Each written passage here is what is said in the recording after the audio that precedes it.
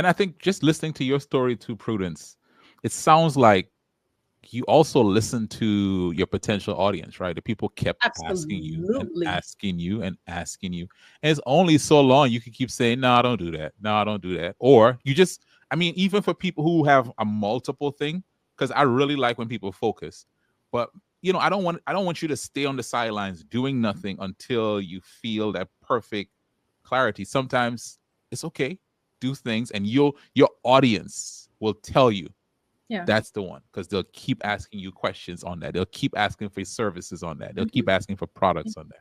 Yeah. And it goes back to the same thing that happened with photography, how I ended up monetizing photography, is that you get to a space where you have to make a decision that you want to grow in this particular area.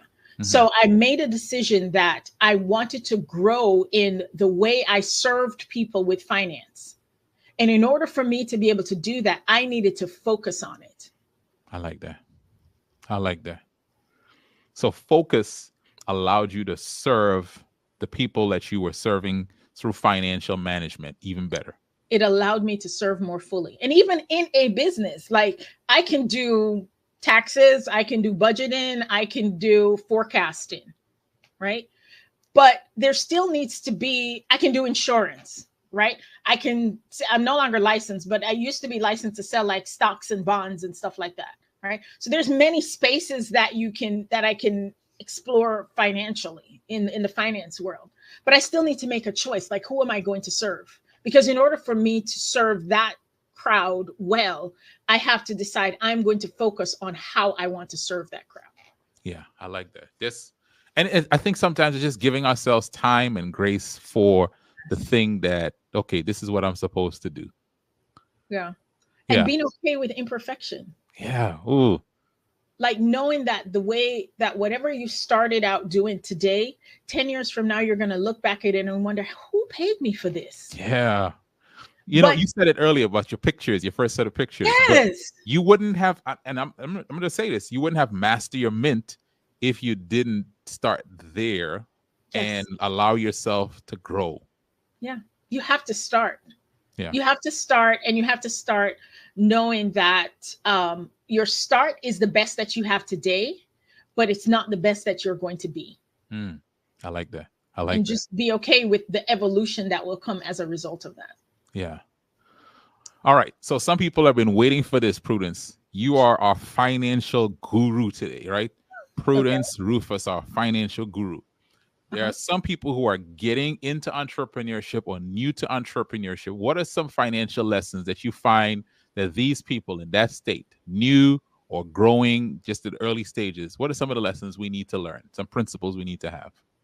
The number one thing that I would tell anybody, if you do nothing else, the number one thing would be to separate your business finances from your Mm, personal finances. That might mean that you have two bank accounts, but you might not be there yet. It might just mean that you have two different Cash App accounts. One Cash App account takes all your business income, and the other Cash App account takes all your personal income. If you just separate your business from your personal finances, that will make your life a whole lot easier, because you'll be able to more easily assess how much money you're actually making. it's good. You'll also be able to separate your expenses. So if you know that you're making, let's say, $1,000 a month, right? But your expenses are coming out of your personal account, some are on your credit card, and some are from that same Cash App account. You might not recognize that your expenses are outpacing your income because it's all kind of going from all kinds of other places. Absolutely.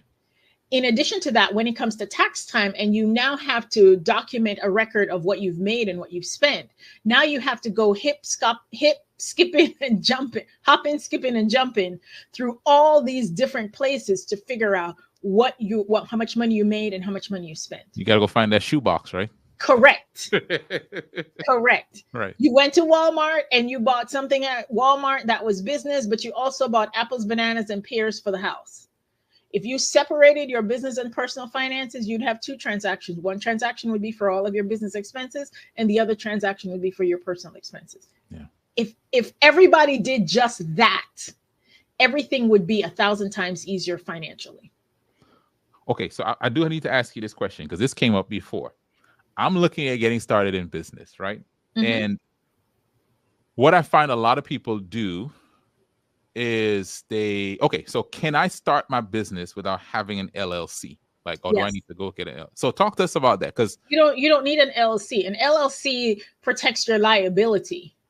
That doesn't establish whether you're in a business. If you get an LLC, but you never actually make money or do anything with the LLC in terms of business, you don't have a business either.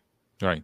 So the LLC is not what determines whether you have a business. The IRS actually says if you make more than $400, that means if somebody pays you more than $400 in pursuit of business, you could be cutting lawn, cutting hair, doing eyelashes, baking cakes, whatever it is that you're doing. If you've made more than $400, then you need to report that income. You need to report that as income on your tax return. That's what the IRS says. See, I like that because I think this is my theory. Like a lot of people, they'll do all of this stuff. They'll go get a logo, get a LLC, get a website, be on social media. But Yeah. what they're missing is that income piece, They're right? not They're making not any money. generating income. And I Yeah. think for some people, so watch the challenge might be, okay, I go do all of this stuff, and then that thing that I set up, no one wants to buy it. And then I'm stuck Right. with it. And it's Right. like, what if you, and then what you're saying to sounds like it's liberating. I heard someone call hobby a business, but like I don't know what the correct term is. But you take the venture, you gain income, you see if there's viability, Mm-hmm. and then you go register it. But to your point, even from day one, separating those things. Yes. How are people paying me?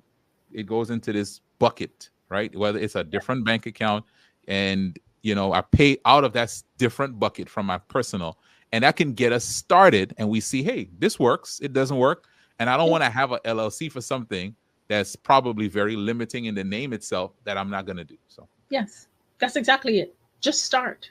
yeah, Just start and fine tune the details as you go along. But just start and determine whether you have a viable business that people are willing to pay for. yeah.